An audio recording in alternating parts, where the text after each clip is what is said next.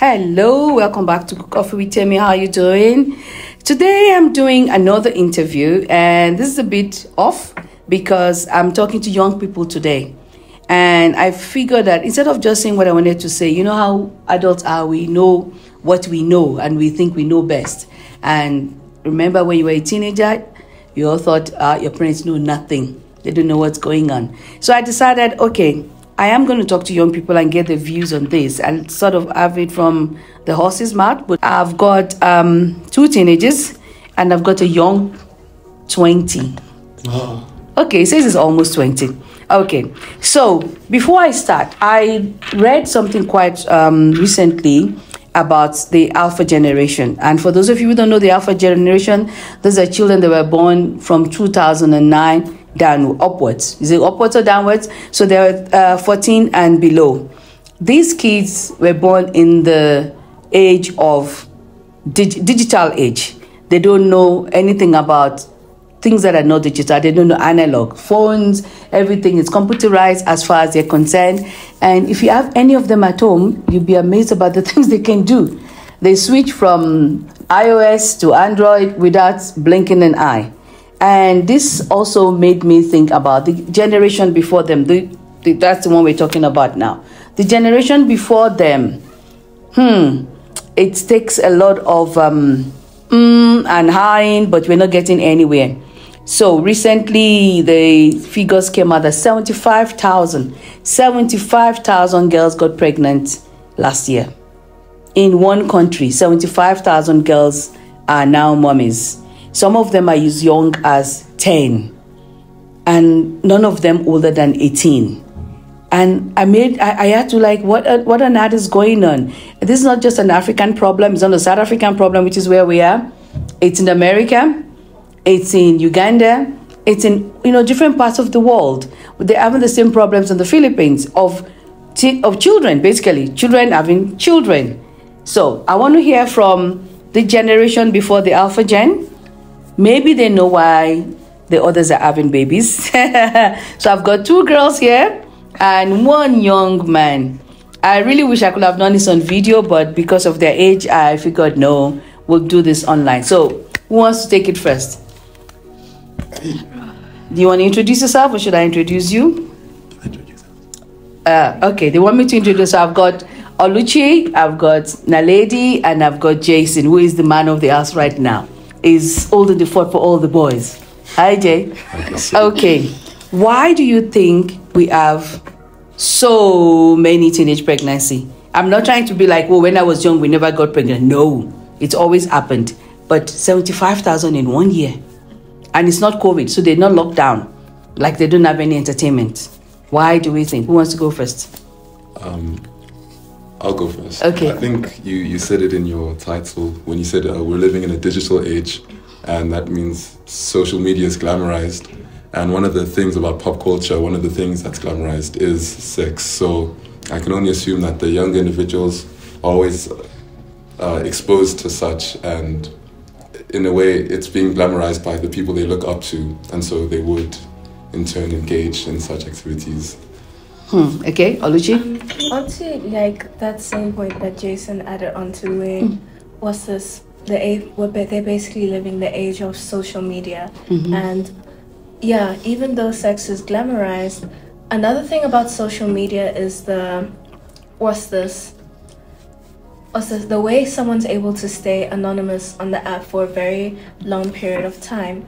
We'd find that while for some of them it would be their own decision, others are getting taken advantage of people on the internet that have kind of put up a persona until they were able to meet up, and then this has happened, and then she can't really do anything about it after everything has happened. And while one could argue that it is still partly their fault, because they should have told someone around them, or they should have gone for help.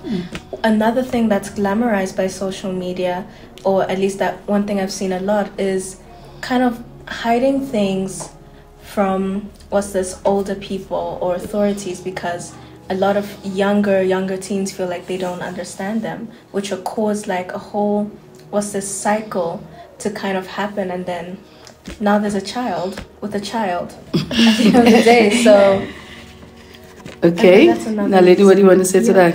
I agree with what both of them said. Like how Jason said, there's a big culture on social media, and I don't want to just say social media, like mainstream media, like what we watch on TV, and also just like in like societies as a whole. Rape culture is very condoned through the means of social media, like how she said, and also through Jason, like how he said social media. But also I think it's the lack of sex education. Like I know at school, at my primary school, we had FAMSA, which is sex education in grade 5, or was it grade 6 and 7? So we had it for 2 years. So majority of us know how to practice safe sex and also know the dangers and consequences that come with having sex. But I feel like not a lot of people in South Africa have access to that. But also, like how I said, it's very glamorized, and people, obviously boys and girls who are young don't really know any better, but they also, when you reach teenagehood, you want to experiment, you want to do stuff, but because they haven't been told the consequence, like, you know, a baby comes, but you don't know what that baby comes with.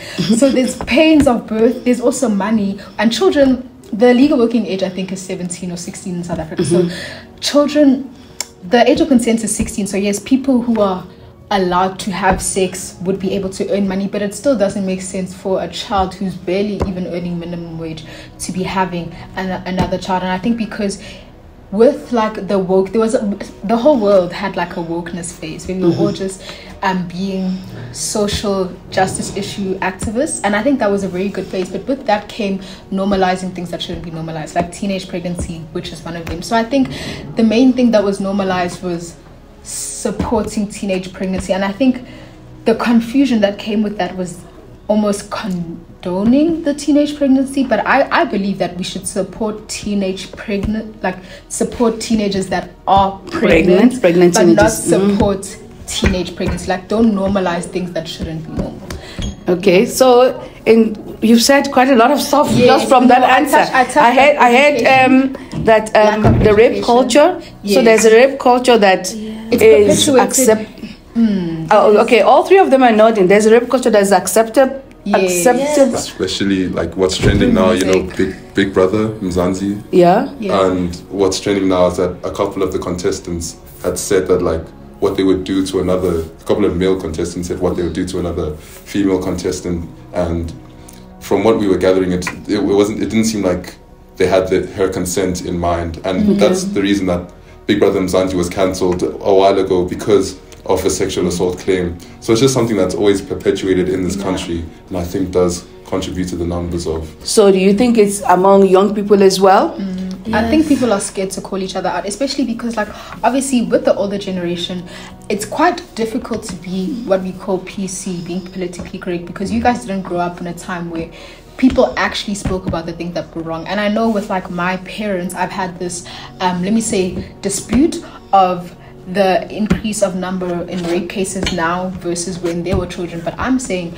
the number in rape cases are the same. It's just more reported now because there's a culture, there's a report culture. Back in the day, there was no almost like culture of reporting, or if you were raped, it was out of the norm. Like, it wasn't, you weren't able to relate to other people.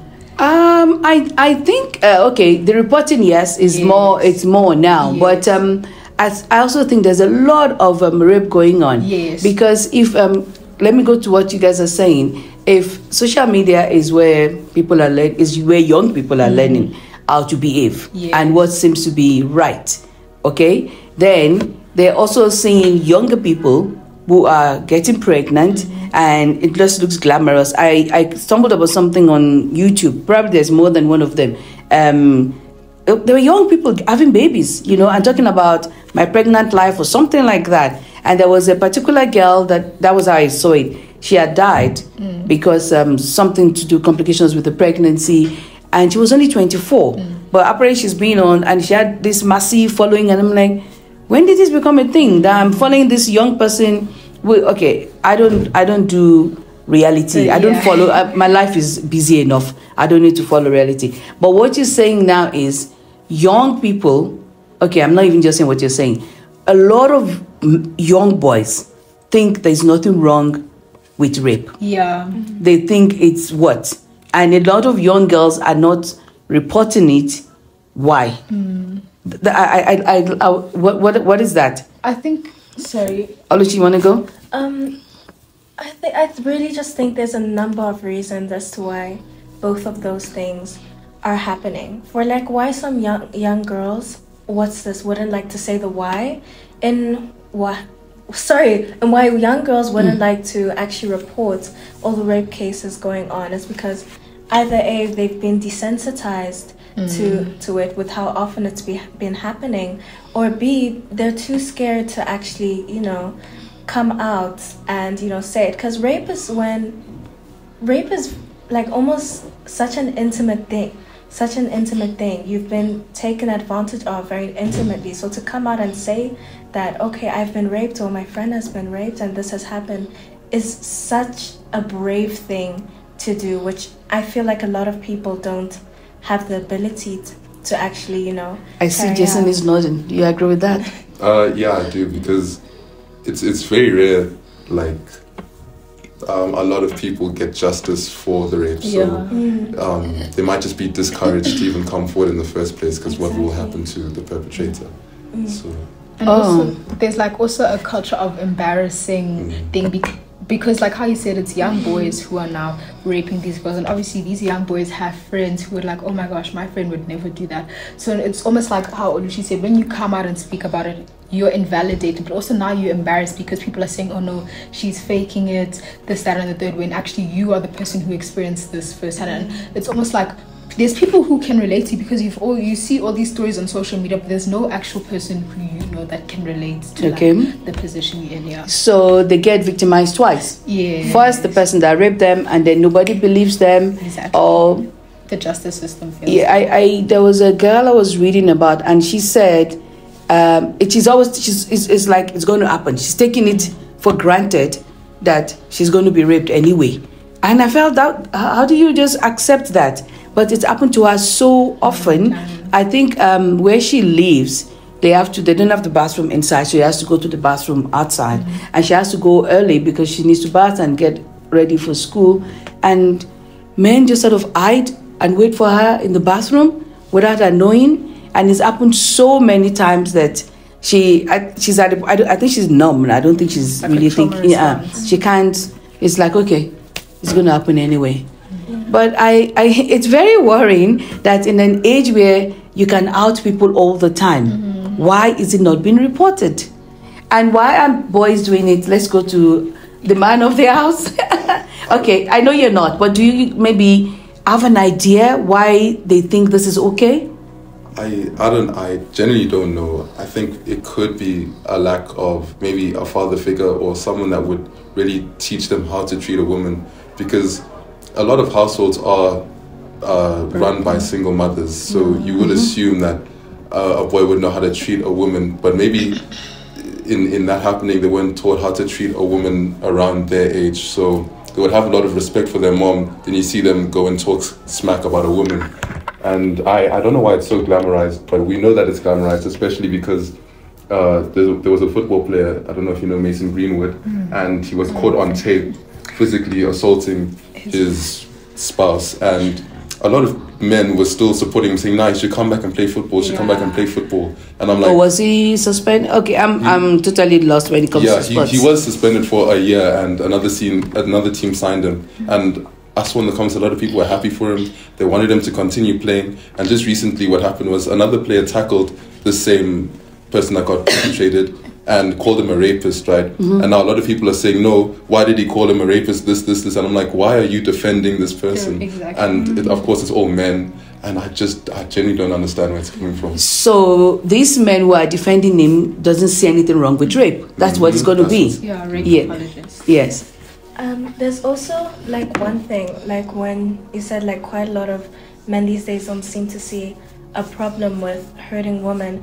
If there's been this kind of misogyny culture that's a rise lately that is honestly like it's really just terrible. It's a bunch of insecure men who I guess use women as their outputs instead of actually just trying to better themselves. You see a lot of like people on podcasts and all that type of thing just spreading really spreading hate and just terrible things, which would in turn actually cause them to continue acting this way.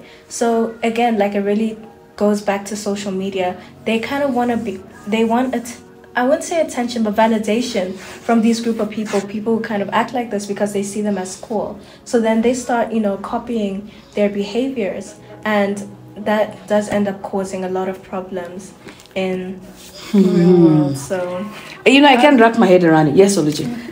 I was gonna say I agree with what Jason said, like how there's a lot of households that first of all are raised by single mothers, but there's also a lot of households, like especially in the Gen Z generation, where our parents are not a good example of like marriage. And in life you're going to be taught something, whether it's at home or on social media. If at home the way, or it doesn't have to be like your dad hates your mom, but like your dad doesn't show your mom any affection, or like say you just don't get shown examples of love. So then you go to social media and there's this huge like polyamory culture on social media. So with men wanting to be with more than one woman, and also just in like the South African teenage society, it's a thing for boys to not want to be virgins, want to be having their first bodies, this and that. So then they'll try and keep up with their friends who are sleeping with so and so, and so they'll try to force those actions and sleep with other women who actually haven't consented. Like, they don't know the bounds of like what the sex practice actually takes. Like, you don't just go to someone and say, can I please just sleep with you? There's obviously there's obviously consent, but also it needs a relationship. Like, sex is not supposed to be something that's done with, well, preferably someone you're not married to, but also someone who you're not in a committed relationship with, because you can, like how Jason said, you can be raped in a relationship because it takes consent for you to like the guy you spoke about. Exactly. It takes consent for you to allow to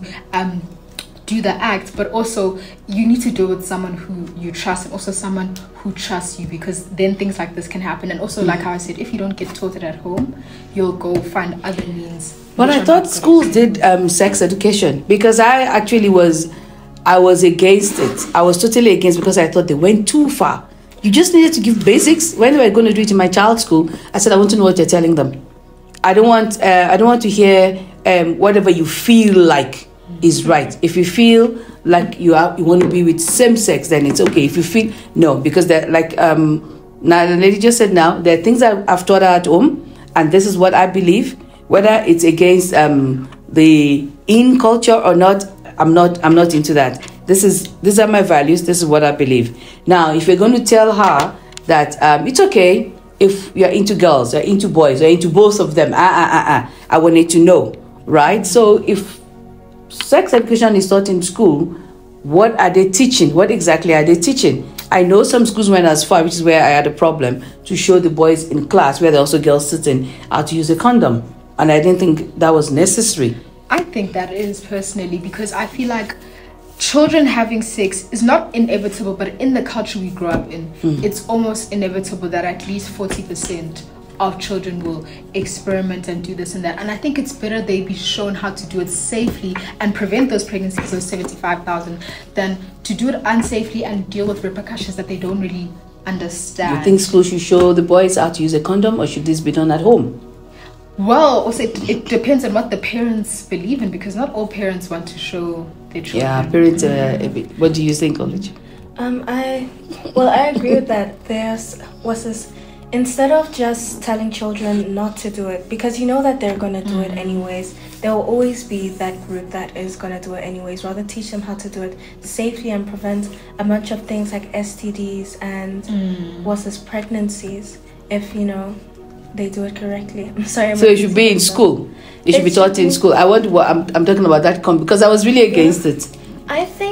I personally think that it should be taught at home, and a child should be comfortable enough with their parents to actually talk with them about things like that. But unfortunately, that's not the case for everyone, and it will never really be the case for every child out there. So that's why I think schools should kind of use the opportunity, since they're with the children literally most of their lives. they should use the opportunity to teach children how to do things correctly in a non-biased manner. So they're able to get things from their parents, get advice from their parents, and non-biased advice from the school in order to apply it into their lives.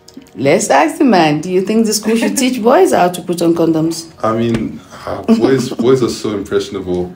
I would think that teaching a boy how to put on a condom could be encouraging them. I think that would be the first thing. Do such a thing. I know what to do. Because if I'm wrong, okay, now you show me how to do it. I'm going to go buy it.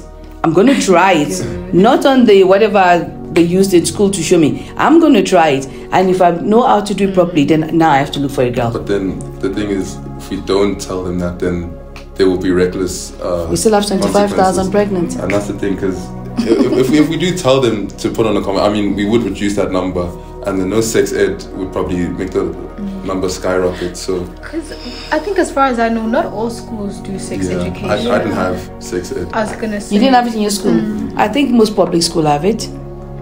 Don't they? They only have The basics of the basics. Not even. I think they'll just have condoms in like bathrooms. Yes, because I find even girls, we go to the library and they see this thing and like, is this what it is? Is this what it is? Exactly. And then they put water in it. It's it's gonna get so big. So not really knowing what it is they're supposed to use it for. Okay. There was another thing that is a big red flag. Yes. And she knows, Naledi knows I'm going to talk about it again. And I'm just going to ask their opinion on it, because they already know what I'm thinking. So I'm just going to ask their opinion on it, and then we'll round this up. Trans story.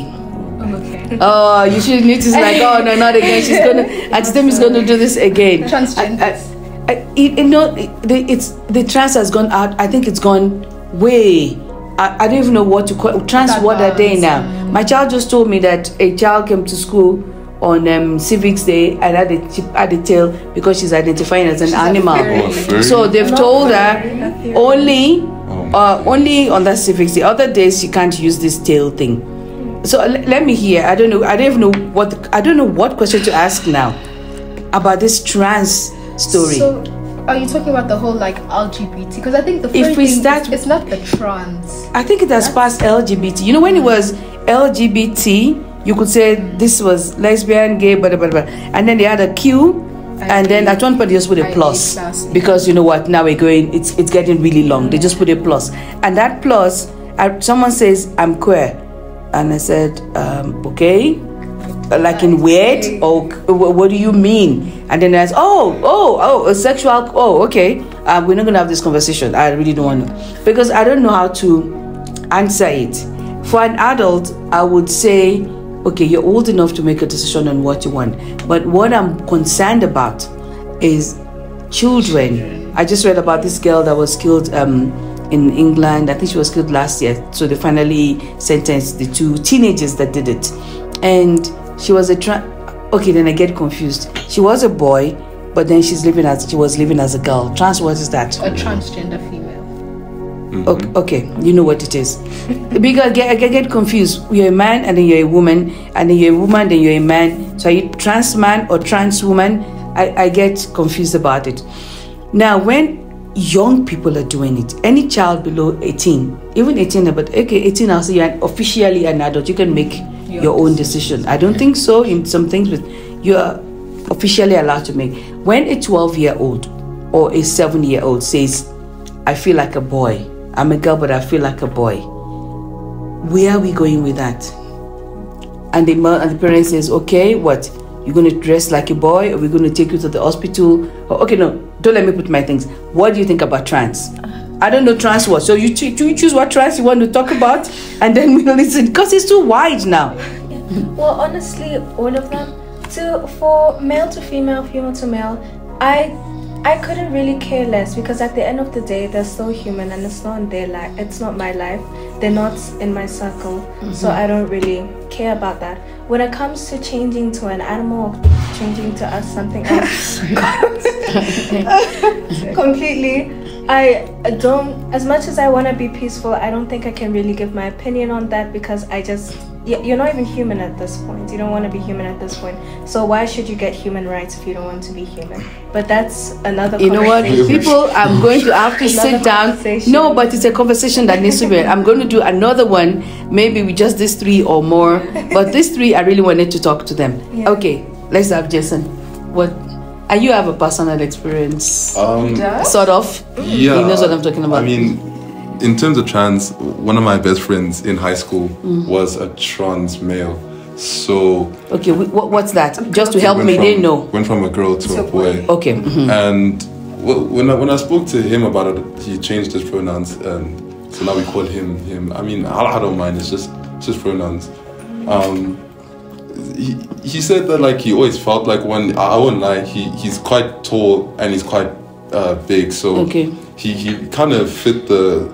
Like a male? Yeah, he kind of looked like one. So I guess it made it easier for me. But in general, especially trans women, sometimes they do look scary, and then they force it upon you that like, no, you need to call, and then they will get offended if you mispronoun them because from what I'm looking at is my mind is saying it's a male, but then you're saying you're a female. And that's, I guess, where the problem is. And I don't really mind what they do because, well, what can I do about it? I'm not going. If I say don't do it, are they really going to stop? It's just when they start pushing their beliefs on the youth and saying, nah, you can do this, you should do this, and that's like, whoa. That's let them make their own decision. Okay. Okay, so we're going to take the last word from Naledi. I think this is my most controversial opinion.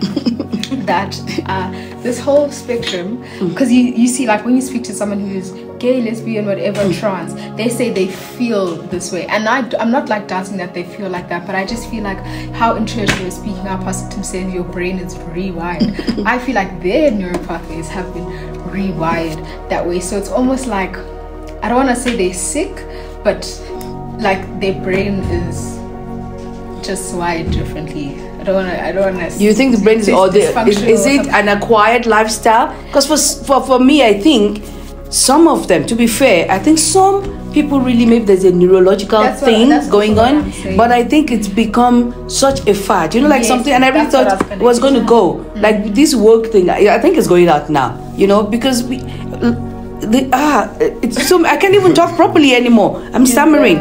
Because I look at I met someone when I went to one of these shops. Don't let me say the shop in case the guy is still there. And he's gay. And I started talking to him because he was doing a facial for me. And I said, why? Because I didn't know how to ask the question. Do I say, why are you? How are you gay? I didn't know how to ask it. And he said, oh, in school none of the girls liked him when he asked them out. So and then the guy asked him out. Okay, so it looks kind of feminine. You know, some boys look feminine, and said, well, then this boy asked him out, and he thought, oh, okay, at least somebody likes me. I mean, how do you, you know? So I thought, oh, just like that. It wasn't like a phase that you were going through. He said, no, none of the girls said yes when he wanted to go out with them. I also think so. That's a quiet lifestyle. It's the fact that is not. There's nothing in his There's nothing wrong with him in his brain. It's just, oh, this is the person that liked me, and then I go with it. So for me, I have no problem with like people being gay, because I feel like the problem came when society started. This is what my brother says to me. The problem came when society started labeling people. We must just let people be people. We've always labeled people. No, I was gonna say the connotations that came attached to that label. Like, if we're being honest, when my brother was at school, being gay was used as an insult. Now being gay at school is used as an identity. So I think there's like, I don't know, there's progressions in the labeling. But personally, I have no issue. There's Progression in the labeling. There's no issue with people being gay. I think with what Jason said, it's more of like, let's talk about transgender specifically now. Let's talk about sports. So if a transgender woman, so this is a man who became a woman, tries to compete in female sports, there are certain advantages that they'll have, and vice versa with a transgender man, a woman who became a man. There can be gender reassignment surgery, but as far as I know, it's not possible for a woman to go to a man, only a man to be gender you're assigned to become a woman. So it's almost like your biological sex doesn't align with what you feel, and that's not any of my business, because if you feel that way, that's your life. My only problem is when people start to cause harm to them because they feel this way. And I'm against that. There's no like entitlement someone can have with just because you identify as X, Y, and Z. Now I must just come and ruin your strut and your style and everything. But I feel like if you don't have to always agree with how someone lives their life, but when you try to start intervening and force your ways onto them, that's where it becomes problematic. And vice versa, like how Jason said, when people get triggered that people will accidentally misgender them or mispronoun them, you don't have to agree with someone, but now you don't have to force your lifestyle onto them. If they can call you, you can politely say, I identify as a she, not a him, and they can correct themselves. When you start yelling and getting aggressive, that's where people start to become resistant and say, if you want to yell at me, then I will whatever, whenever. Oluchi, I'm going to let you have the last word, but I just wanted to say something. Like on my podcast, I lost a lot of listeners when I did something on when I said, I'm not a cis. Okay, so you are trans, and you want me to use he or she for you, and then you tell me who I'm very happy with who I am, and then you say, no, that's the gender you are assigned at birth. Let everybody, this is what you guys say, stay in your own lane. Let everybody stay in their own lane. There are a lot of things I don't agree with what you're doing. I've not come to punch you out because of it. I've not been violent because of it. Try to force it. Yes, I think I'm very, very old-fashioned, way too old-fashioned to want to understand it, except what's it called? But it's that wanting to force it on others that I find a problem. So we're going to end this now with a word from Oluchi on whatever she has to say on it. Go. You know, it's at the end of the day, it's not what they're doing is not your life, and what you're doing is not their life. So no one should have the right to tell you what to do, and you shouldn't have the right to tell them exactly what you want them to do. And what's this? Even though people will do the craziest things that you find weird, you may also do things that they find weird, because we all came from different backgrounds. We all have different brains. We aren't wired the same way. So, as I said, what you may find weird in another human being is probably not. That's not the way they were raised. That's not the way they were wired. And they may find things interesting and weird about you. So we should have a double standard. But I think also to an extent, some stuff has become ridiculous. Like what you said, the furriness, or like there's transracial now. So white people who identify as black, humans who identify as, and I think that's what she said. It's the whole fad thing. So it's like there's been given. Not even everyone has freedom of speech, everyone has freedom of expression. So someone starts something, then someone's like, let's take it a step further, and then now the people who genuinely feel that way take it a step further. Then there's other people who just want to do things to invalidate those people and just be transracial, be trans, whatever. Trans. I think I need to do a whole workshop. This is not something I can actually talk about in like 30 minutes, 1 hour, because there's so many parts of these things, you know, when you realize, oh, and then this happened and then that happened. I mean, when I got tired of the woke thing was when they actually were now talking about books that had been written years ago, and they're angry about the stuff that is in the book that was written at the time when that was allowed, instead of discussing how far we've come. And this cannot, we cannot talk about this now. We cannot do this now.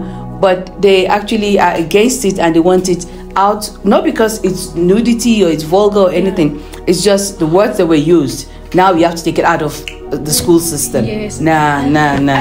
We wrote an RV a few days ago, and it was actually talking about exactly this. So, you know those Roald Dahl books? So obviously he calls the Oompa Loompas fat, and he calls them men. So then there was a company that actually rewrote all of these children's books to call the Oompa Loompas chunky people and the men thems, to kind of make it more politically correct. And there's got to be a line. Exactly. We've got to stop somewhere. And also, it's commercial. It's like in the essay it said this is quote commercially ruthless, because it's almost kind of taking away Roald Dahl's work, and also just making children soft. Like, yeah, that's what Pastor was also talking about today. I definitely agree with You know, I definitely agree with what you said. When it comes to certain things like Roald Dahl, you should not be too sensitive about anything going on. Like, it is quite literally rhyming. It's not actually hurting anybody. It's not, what's this, putting down a group of people for his own game. What's this? I think that should be done. Changing children's books should be done when it's very obviously not good for the children to read. For example, The Adventures of Tintin. Yes, when they did blackface for the people in Africa, in Congo when he moved to Africa, that shouldn't be shown to children. And you can change the book or just stop putting it out in schools, because obviously it's hurting a group of people. But when it's not hurting a group of people, it is just original work, and you think it's offensive, but it really isn't doing anything, then you shouldn't now affect everybody else just because of your own personal opinion and thinking that it's politically incorrect. Oh gosh, I'm trying to end this, but you know, these young people have so many things to say. Yes. We can end them with thoughts. Yeah. Where do we draw the line? Where do we draw the line? That's you know, I'm reading Tom Sawyer with some of the kids in school, and it talks about taking the switch. Was it the switch or the twitch? I'm trying to remember the word now. But basically, taking a twig and whacking Tom, and the kids were like, "What's a switch? Is it a switch?" But so I explained to them, I said, "Oh, you just get it any branch of the tree and because I've seen their face like, what's going to happen? Yes, what's going to happen?" I said, "Oh, but I got smacked when I was growing up." And they're like, "No, that's child abuse." I said, "No, I only found that out when I was an adult. That was child abuse. I didn't think it was child abuse. It just put me right." So I'm going to have another whole conversation about this. So we're just going to say bye now, even though we didn't get a chance to say anything about is it child abuse? Is it discipline your child? Now we're really going to have the last word. Jason's going to have the last word, and that's going to be the end of it. So these things that were taken out of books because of the one thing or the other about the books. I just know the reverse happened with Harry Potter. What happened? What's the author of Harry Potter? I forgot. J.K. Rowling, yes. The lady, she like years after the book, I think it was in 2018, she started relabeling the characters. Like some would now become gender fluid, gender neutral. And then readers of the book were like, no, what are you doing here? And she was like trying to be politically correct. So it still shows that like there are still people that do not agree with some of us are just old-fashioned, you know, we're just old-fashioned. There was this thing on TV called Last Man Standing, and they cancelled this show. It was a comedy. And they cancelled the show at I think it was the 6th or 7th season, mainly because it was just, I loved it because this is what we grew up with, this is what we believed, you know. You have so many shows, almost every show has a nude person or a gay person or trans person. Be happy with all your shows. This is the one for us. And they were not happy. People just were not happy with it. They cancelled it in the end. But then they brought it back for just one season, but it wasn't the same after that. Wow. Guys, I am so glad I finally did this. I've been meaning to do it. There was 1 or 2 people that I kept waiting for, and but it's okay. I'm just gonna have you again. Then we'll look for another topic. But I think maybe a workshop will be more like it, where we can have more teens. And from what I've gathered now, the way we old people see things are so totally different from the way you guys see it. And maybe that's a good thing because you're more accommodating than we are. But I would like to think that you also have a line where, okay, this is it. I know this is ridiculous now. We're not doing this. You know, otherwise we're accepting everything, and then there's no sense. The common sense is not so common anymore. It's just out of the window. Yeah. So thank you, Jay. You want to say bye? At least say something. Say bye. Bye, guys. Aluchi. Bye. Naledi. Bye. Enjoy your week. Thank you. And this has been Coffee with Temi.